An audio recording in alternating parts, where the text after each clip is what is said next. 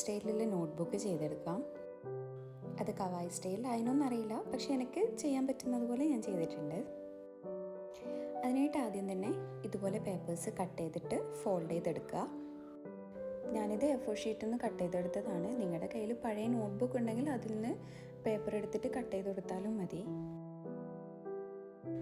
Next അതിൻ്റെ സെൻറ്ററിലായിട്ട് stapler കൊണ്ട് പിൻ ചെയ്ത് കൊടുക്കുക. പിന്നെ നിങ്ങൾ ആദ്യമായിട്ടാണ് എൻ്റെ ചാനൽ കാണുന്നതെങ്കിൽ ഒന്ന് സബ്സ്ക്രൈബ് ചെയ്ത് സപ്പോർട്ട് ചെയ്തേക്കണേ.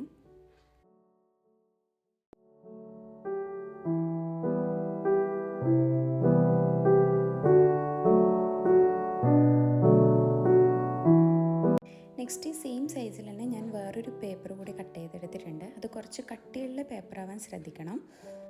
അത് ഈ വീഡിയോയിൽ കാണുന്നത് പോലെ ഒന്ന് മാർക്ക് ചെയ്ത് കൊടുക്കുക.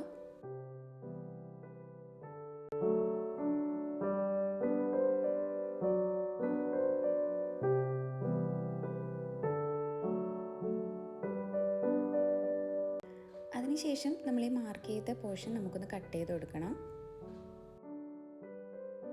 നെക്സ്റ്റ് ഈ സെയിം തിക്നെസ്സിൽ തന്നെ ഞാൻ വേറൊരു പേപ്പർ കൂടി എടുത്തിട്ടുണ്ട്. അതിനുശേഷം ഇതുപോലുള്ളൊരു ട്രാൻസ്പെറൻറ്റ് കവർ എടുത്തിട്ട് അതിൽ കുറച്ച് വെള്ളം ആഡ് ചെയ്ത് കൊടുക്കുക. പിന്നെ കുറച്ച് സീക്വൻസ് കൂടി ഇട്ട് കൊടുക്കണം. നിങ്ങൾക്ക് ഈ മെത്തേഡ് കാണുമ്പോൾ കുറച്ച് ടഫാണെന്ന് തോന്നും, പക്ഷേ വളരെ സിമ്പിളായിട്ട് ഉണ്ടാക്കാൻ പറ്റിയ ഒരു നോട്ട്ബുക്കാണ് കേട്ടോ ഇത്. ഇനി നിങ്ങളുടെ കയ്യിൽ ഈ ട്രാൻസ്പെറൻറ്റ് കവറൊന്നും ഇല്ലെങ്കിൽ ട്രാൻസ്പെറൻറ്റ് കവർ യൂസ് ചെയ്യാതെ ചെയ്യുന്ന വേറൊരു മെത്തേഡ് ഉണ്ട്.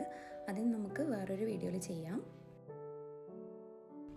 നെക്സ്റ്റ് നമ്മൾ രണ്ടാമതെടുത്ത പേപ്പറിൽ കുറച്ച് ഫെവിക്കോൾ അപ്ലൈ ചെയ്തിട്ട് നമ്മൾ ആദ്യം ഉണ്ടാക്കിയ ബേസിക് ആയിട്ടുള്ള നോട്ട്ബുക്കിലേക്ക് ഇതൊന്ന് ഒട്ടിച്ചു കൊടുക്കുക. അത് നന്നായി ഒട്ടിയതിന് ശേഷം ഡബിൾ സൈഡ് ടാപ്പ് ഒഴിച്ചിട്ട് 4 സൈഡും ഒട്ടിക്കുക.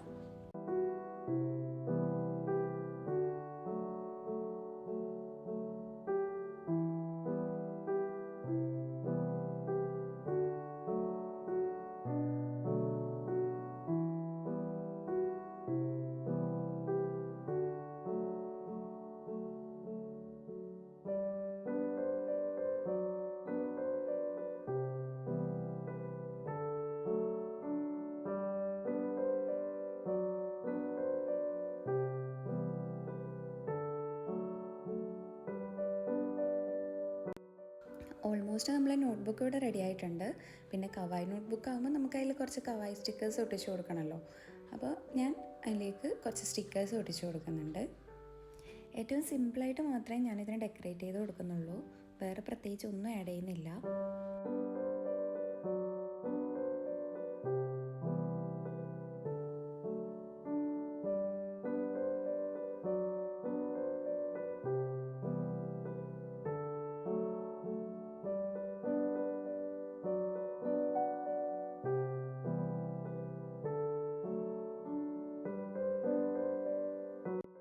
എന്തായാലും നോട്ട്ബുക്ക് ഞാൻ വിചാരിച്ചതുപോലെ തന്നെ വന്നിട്ടുണ്ട്. നിങ്ങൾക്ക് ഈ കവായ് നോട്ട് ഇഷ്ടപ്പെട്ടെങ്കിൽ ഒന്ന് കമൻറ്റ് ബോക്സിൽ അറിയിക്കണേ.